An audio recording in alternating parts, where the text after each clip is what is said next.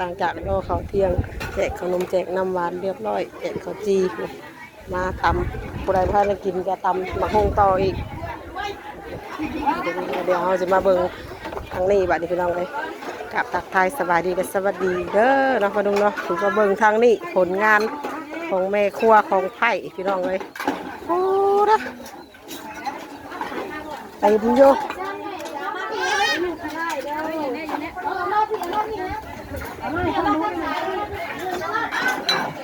ล่างถวยก่อนเนาะพี่น้องเนาะบัดนี้เนาะแม่เราวิจะมาซอยมูล่างถวยก่อนบัดนี้เข้าได้อยู่บ่ดิบ่ได้เอาเลยบัตรเอาเก็บ เป็นบ่อยนี่บ่อนเข้าอยู่บ่เฮ้ย มาที่นี่ก่อน มาทางนี้บัดนี้ติ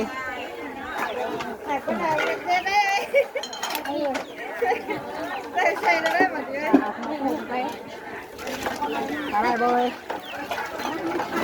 ไฟลานนางลายเนาะลูกไฟลานนางลายเข้าจนบ่ได้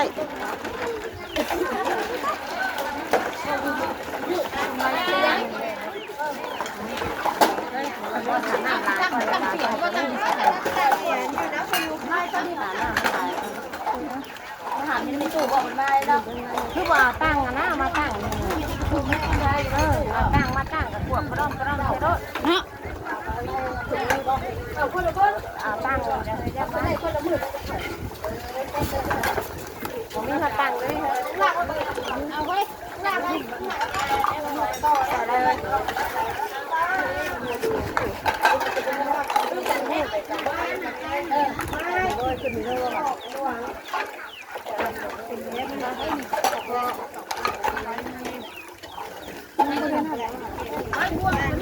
ก็ได้น้อยไปทั้งน่ะ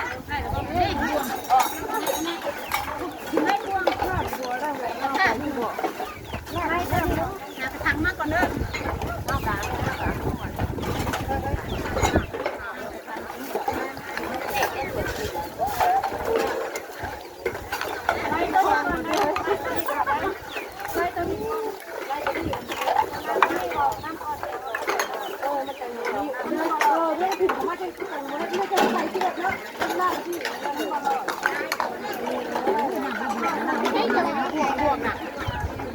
น่าจะบวงบอกพวกของตำบุ้งมีบอลเข่าก็เดี๋ยวรอบหน้าเนาะพี่น้องเนาะโอ้ยังบ่ทันได้จบง่ายดอกยังอีกเบิดคืนบ่เข่ารอบนี้บ่ได้ก็เดี๋ยวรอบหน้ายังเบิดคืนโอ้ยฝากร่างนี่นะโอ้ยเป็นยังไงฝากร่างนี่เขาก็บอกว่าบ่ได้บ่ได้กล้าบอกแล้วเอามาเห็นยังก็บอกกันได้ป่ะบ่ได้บ่กล้าบอกแล้วว่ะลูกไม้นางไม้บอกมาลูกใหม่สิบ่โอ้เอาญาติละมูอยากได้โชคนี่ได้ซะอ๋อยังปวดแขนปวดขานั่งเฮิมบอกฉันบ่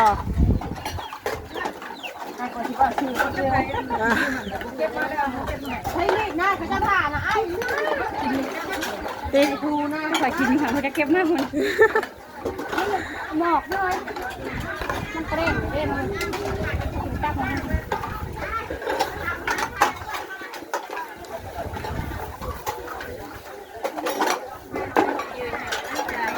ฮะ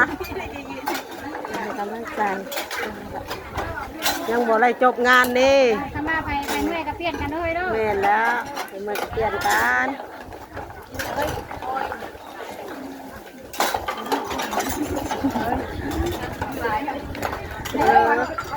คนมาเนี่ยวะทุกคนมาเห็นย่อตั้งแก่หน้าที่ย่ออะไรแก่ย่อกันย่ออันนี้ก็ออกแก่มาพี่เจ้าจะมีบอมอยู่ในที่แก่ไม่จะเอาออกกันด้วยเจ้าออกก็แก่ไม่จะเอาอันนี้มันบอกว่าพี่จะแก่ไม่สบาย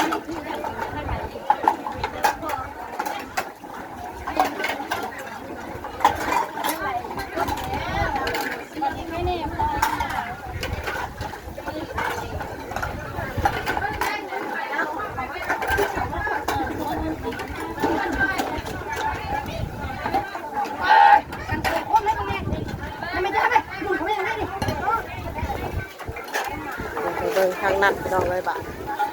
เกิดอย่างเสียงพกเสียงขักส อนนั้นวันไหวอยู่ทั้งตัวเป็นสาวทอง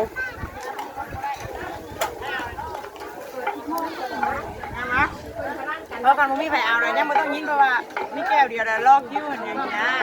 ยังใครบ่เอาเลย ไม่ยังไงนี่ปิดเลยสบายดี พอแล้วบ่ปิดโทรศัพท์รั่วแล้วปิดบ่ได้โทรศัพท์เปิดรั่วแล้ว ยาวอ่ะ ยาวโอ้สบายดีเด้อโทรศัพท์รั่วแหละได้ปิดบ่ได้ ได้สุดแล้วเขาบอกอ่ะ ไปสดตัวเลยไป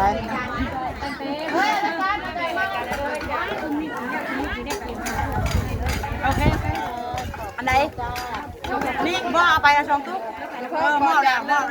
ล้วคือคู่ใครเนี่ยทำหม้อไปแบบเนี่ยให้หม้อไปให้อะไรเองแค่นี้ อันไหน สมุนเอาให้ไหนทำงานเนี่ย โอ้หน่อยตำบัดมืดเว้นเถยบ่ตำกะ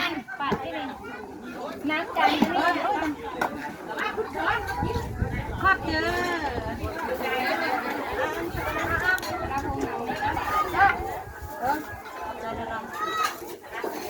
ตาลักได้หายว่าตะพุงว่าก็หน่อยว่าตายแล้ววัดนี่นะหายบ้าแล้ว โอ้มาถามตลอดได้บูได้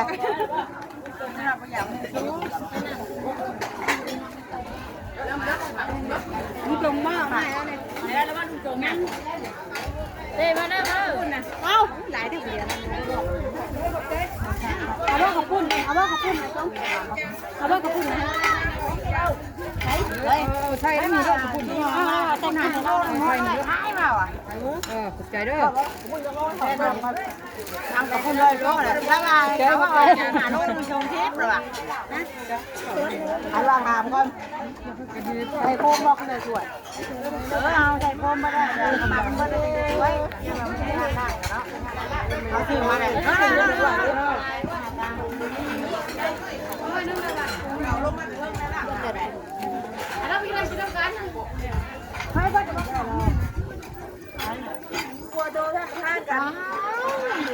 ่านประธานลูก การดูใช้พักกรำ ท่านประธานลูกของ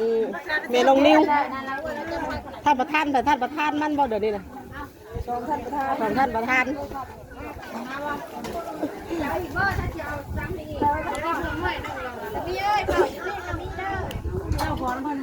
โอ้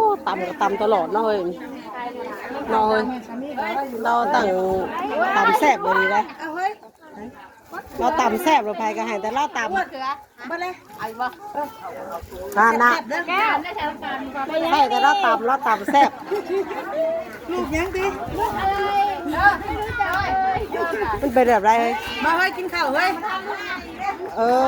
อออกมันนี่วะ มาหาเรา มันแฝดบ่มันมาสิเป็นแฝดแล้วมันบ่เป็นบ่ยะ จะไปเหี่ยวไปเลย เหี่ยวไปเลยสีดไปเลยเลย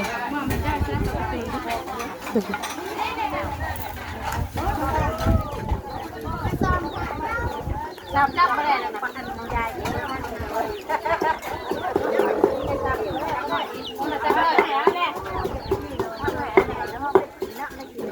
บ่แยกน้ำหวานกะจีกี่เดียวที่แรกก็นั่งบัดนี้เด็กน้อยมาบนบัดนี้มันเลยกลายเป็นแบบแม่น นั่งยกบนง่ายแล้วหมด ตำบิดตอนแจกไปนั่นประมาณอยู่อันประมาณหลายประมาณ4-5 รอบนี่แหละ พอช่วยเงาก็หันจะเพิ่งอ่ะบักเตียงนะเอามาเดี๋ยวเราแจกของอีกตัวว่าแต่ก็รู้เอายัง สวยจานเลยเฮ้ยสวยจาน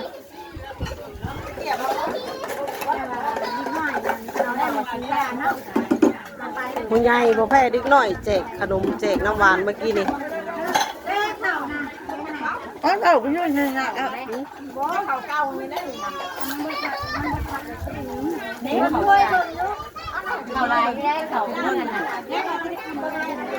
เตรียมจะมาเข้าอีกบ่อย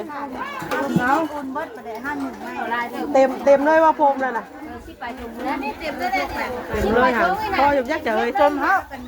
ยังเต็มปลูอยู่ตอนนี้ก็กินข้าวไปลองเลยกินข้าวน้ำกันเด้อเนาะ นั่นใช้เพิ่งเลยไปเย็นไปนี่งานหนึ่งนะในตู้ที่จะงานมึงจะเขาเย็นนะเหรอ เฮ้ยไปยังก็บอกไปนอนน่ะช่วงนั้นบ่เช้าเอาไปนอนน่ะปลุกตื่นรถบ่โอ้ยจะกินอะไรเลยกินอะไรกินแล้วมียังเคยบ้านหายแต่คนเดียวเมียบอกกล้ากินเนาะจะไปกันนะกันฮะทำกันนะบอกกล้ากินเนาะกันนะ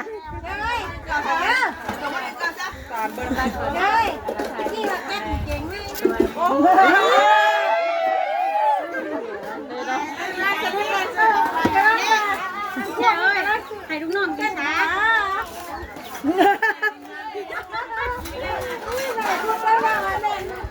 โอ้ยกระดาษเนี่ยคือได้งานเพราะอะไรเนี่ยเป็นไรยี่มันนอกได้กินก็คือแบบนั้นนะได้กินอะไรอยู่เขาเห็นแล้ว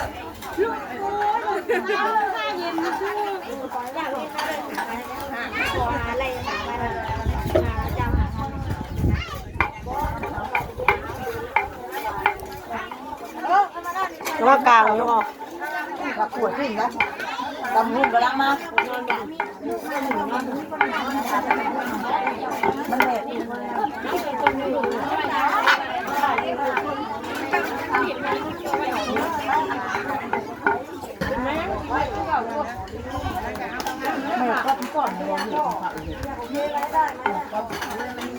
ตัวนี้เขาสิกรอบใช่ไหม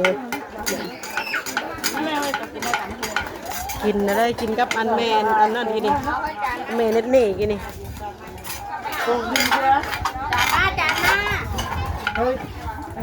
ซินเราจะบอกว่าอยู่จาน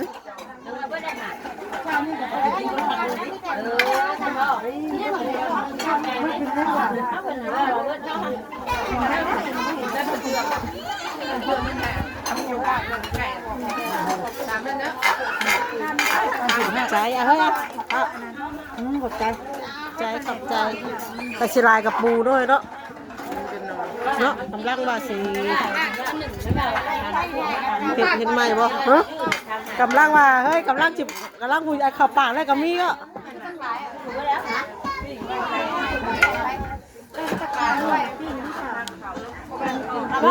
บ่ตำหูให้เซลตำหู มาแล้ว ได้เลยดิมาแล้วมาแล้ว เราจบแล้วบันทีหาล่างมือแล้วบัดนี้ตั้งแต่เรามา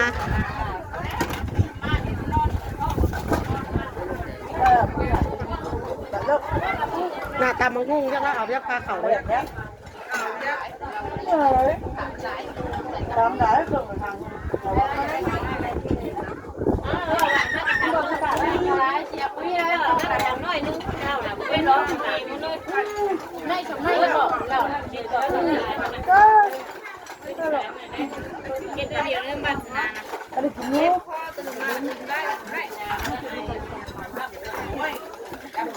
ยังให้กินเค้ก2เด้งในวันน่ะกินเค้กอยู่โรงเรียนแน่แต่กลับมากินเค้กเอาไปพุ่นฮะเอาพ่อบ่เอาอีกบ่บ่ปะเอาอีกบ่เอาสิไปลอกให้ป่ะลอก บตักแล้วตาเสียลายพ่อมาจากไปลอกมาให้เราตื่นหนิวะเราไปสิย่าอะไรวะหวานนี่ได้กินกี่เดือน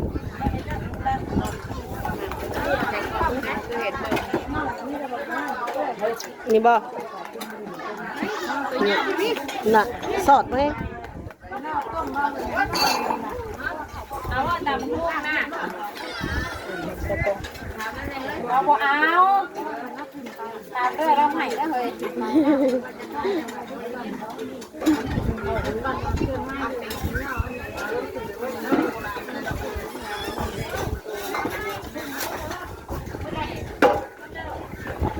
เมื่อแล้วบัดนี้เบิดแล้วบัดนี้เนาะยังเดือดรอบแรงคนละบาท แรงค่ะเราก็พูดไปถึงพ่อ น้อย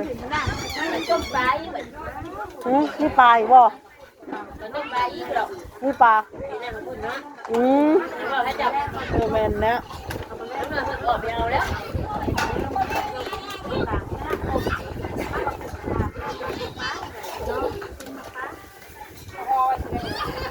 อาไว้แต่ผู้นั่นมากอะเขาตำกินเดี๋ยวเด็กน้อยได้ยังเขาเจ้าห่อมาเป็นเดี๋ยวเจ้าตำกินเลย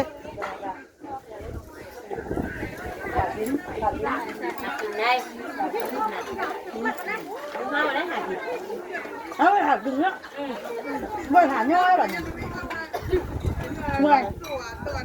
เขาไม่ได้มีเบอร์กระตุกยางเขานะ ส่วนอย่างไรนั่นบ้อง ผีซ่าได้ นะกระตกนะ เขาเอามาซื้อนะลายเป็นอะไรเลิกตกเลยกัน กระโดดตีนกันแล้วเนี่ยตุมันมีอยู่ว่ากระโดดตีนของเขาก็มีอยู่เลย เดี๋ยวกับปะเลย มีเลยจักเลย โอ้ปะมาอยู่อันปลาซ่าเลยพ่อข้าข้าล่างเลยพี่ไม่ได้ซื้อมาเมียนบ่สาวมีบ่กระตุกยางนะนั่น แบบพวกนี้มึงเหรอ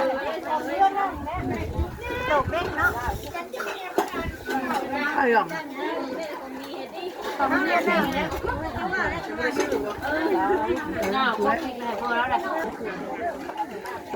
จบเรียบร้อยเลยพี่น้องเนาะรอเขาเพียงเอาเลยให้เราไปคลิปนี้แกประมาณทำนี้ก็ได้เราพี่น้องเนาะทำแล้วพี่น้องเลยกับเขาสบายดีทุกคน